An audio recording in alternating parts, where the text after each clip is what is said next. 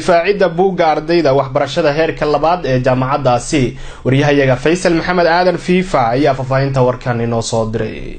munaasabadan kooban ee abdicitaankeeda qurxooni loo soo yeegalay markana ujeedada duudaanay difaacidda buugga ardayda waxbarashada heerka labaad ee jaamacadda Camuud Faraceed Hargeysa ayaa xilli hore Osaka ka bilaabantay xarunta guud ee dhismaha jaamacadda ku leedahay guud Hargeysa. tiraan ka yarin 70 arday ayaa halkan diyaar ku ahaa si ay u difaacaan buuggooda isla markaana wajiyadooda si gaaraneed looga dareemay shucuur ku aadan sida ay ugu faraxsan yihiin in marxaladan ay soo gaaraan oo sanado badan si weyn kucloorad ugu jireen si ay marun u gaadhaan. labadii sano ee ugu dambeysay ayay si weyn ardaydan ugu foganayeen kuliyada kala duwan oo ah kuwa wax laga barto ee jaamacadda Camuud, kuwaasoo kala ah qaybta cilmi baarista research, qaybta xisaabaadka iyo maaliyadda Master of Finance, qaybta caafimaadka guud Master of Public Health, qaybta horumarinta deegaanka Rural Development, qaybta qorsheynta iyo maareynta mashaariicda Master of Project Planning and Management, iyo qaybta maamulka waxbarashada Master of Educational Management.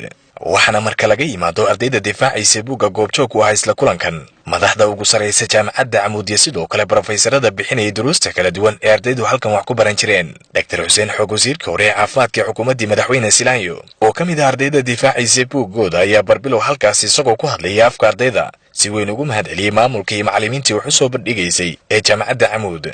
waa ilaahay mahad subhanahu wa ta'ala inay noo soo gabagabowday waxbarashadii aynu wadnay muddada 2 sanadooda.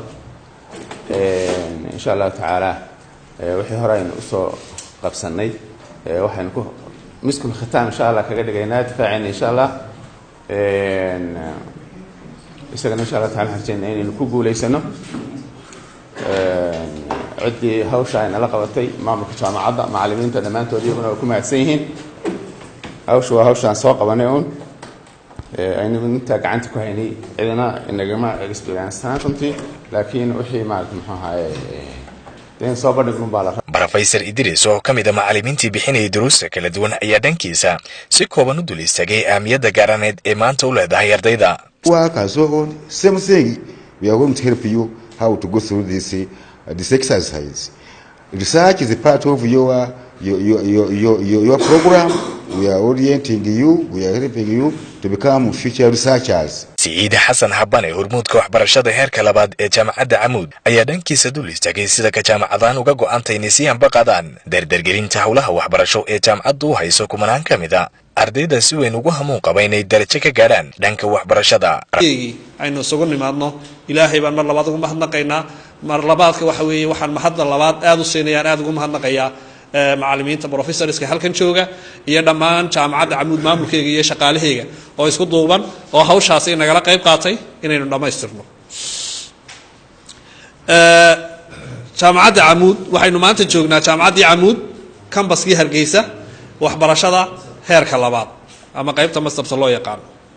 qaybtan saa ogtihiin waxa weeye waxa la furay iskuulka postgraduate ama qaybta labaad ee masterta waxbarashada heerka labaad 2012 guud ahaan la furay, laakiin qaybta campuska Hargeysa waxaynu furnay 2015.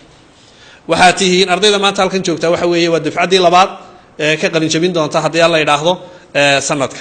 waxay maanta u diyaar yihiin 760 arday oo kamid ah ardaydaasi jaamacadda ka dhigata waxay maanta u diyaar yihiin inay soo bandhigaan cilmi baarisihii kala duwanaa ee ay soo sameynayeen muddada ay wax baranayeen. Professor Suleymaan Axmed Guleed gudoomiyaha guud ee jaamacadda Camuud ayaa hoosta ka xariiqay in maamulahan dhankooda ka go'an tahay inay si laba jibaaraan tartanka jaamacaddooda ku jirto jaamacadaha dhigeeda ku yaala qaaradda Geeska Afrika. idin furo eventkan horta wax waliba waa guusha bani aadamku dhaliyo.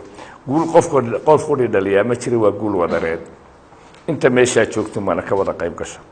I still remember sharafna ay tahay 12 sano ka hor Camuud markaan furaynay in dariiq dheer aan garanayno, dariiq dheer aan marayno, laakiin aan garanayn waxa aan ateen garanayna ama aan guul inaan gaadhayna aan ogeyn.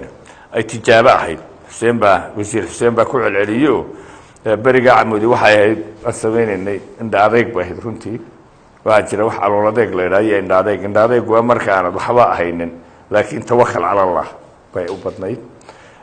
imaka Xuseen wuxuu jecel yahay inaan inda adeegiisa wadna, laakiin imaka alxamdulillah calool adeeg baa jiro because waxbaan haysanaa.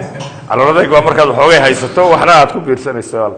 tawakkal ala Allah calool adeeg baynu haynaa because de halkan maanta ka bilownay maanta isma laha waxaan aad iyo aad u mahadcelinayaa inta halkan joogta iyo inta ka maqanba hormoodka macallimiinta ardayda oo sanadkan runtii ahaa sanad guul leh waa successful academic year mashaakilkuna ay yaraayeen iskuul waxaa la yidhahdaa waa wadar maaha uun inta waxaa intaasi kadib ardaydu hore ka galeen difaacidda boggooda iyadana macallimiintu si weyn u dhuganayeen dhawaaqa difaaca ee ardayda dhankooda ka soo yeedhaya jaamacadda Camud ayaa xilligan ah hormuudka waxbarashada jaamacadaha ku yaala Somaliland iyadana dhanka kale xilligan gucloorad ugu jirta sidii tartan xoogan uga gali lahayd jaamacadaha dhigeeda ku yaala qaaradda Geeska Afrika maadaama uu arday tiro badan oo ka kala socda wadamo kala duwan xilligan ay yimaadaan si wax ugu bartaan jaamacaddaasi Camud oo taariikhaana ah ugu weyn marka la barbar dhigo dhigeeda ku yaala Somaliland oo Faysal Maxamed aadan Faysal FIFA TV-ga caalamiga Somali Cable Hargeysa.